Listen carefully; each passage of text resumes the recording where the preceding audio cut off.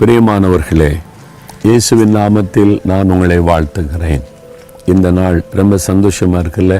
காலையிலேயே ஆண்டவரை துதிப்பது, அவரை நோக்கி பார்ப்பது, ஜெபிப்பது, அவருடைய வசனத்தை நம்ம கேட்பது எவ்வளோ பெரிய சந்தோஷம் இல்லை மனசுக்கு. ஏன் தெரியுமா? அவருடைய பிரசன்னம் நமக்கு ஒரு பெரிய இனிமை, அவருடைய வசனம் நமக்கு ஒரு பெரிய மகிழ்ச்சி. அதைத்தான் உங்களோடு நான் தினமும் பேசுகிறேன்.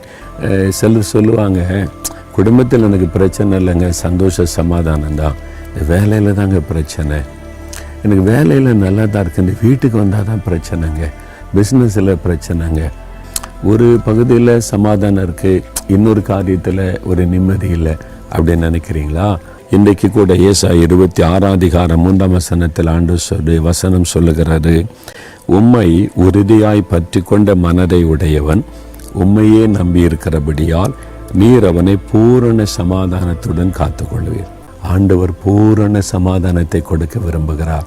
அதுக்கு எனக்கு என்ன செய்யணும் தெரியுமா? அவரை உறுதியாக பற்றி கொள்ளணும். அவர் தான் என் நம்பிக்கை என்று சொல்லி அவரையே பற்றி கொள்ளணும். வேறு எதன் மேலும் தவறான நம்பிக்கை வைக்கக்கூடாது. நான் உண்மை உறுதியாக பற்றி கொள்கிறேன், நீங்கள் தான் என் நம்பிக்கை, என் லைஃப்பில், என் வீட்டில், வேலையில், பிஸ்னஸில், எல்லா காரியத்திலும் எனக்கு பூரண சமாதானம் எனக்கு நீங்கள் தர்றீங்க, உங்களுக்கு ஸ்தோத்திரன்னு சொல்லுங்கள் போதும். தகப்பனே, நாங்கள் உண்மையே உறுதியாய் பற்றி கொள்ளுகிறோம். நீங்கள் தான் எனக்கு எல்லாமே ஆண்டவரே. எனக்கு தகப்பன், சிநேகிதன் எல்லாமே நீங்கள் தான் ஆண்டவரே. எனக்கு ஞானம், பலன், சுகம் எல்லாமே நீங்கள் தான். உண்மை உறுதியாய் நாங்கள் பற்றி கொள்ளுகிறோம். நீங்கள் தான் எல்லாம் என்று சொல்லுகிறோம்ப்பா. தகப்பனை பூரண சமாதானத்தில் எங்களை காத்து கொள்ளுவேன்னு சொல்லியிருக்கிறீங்க.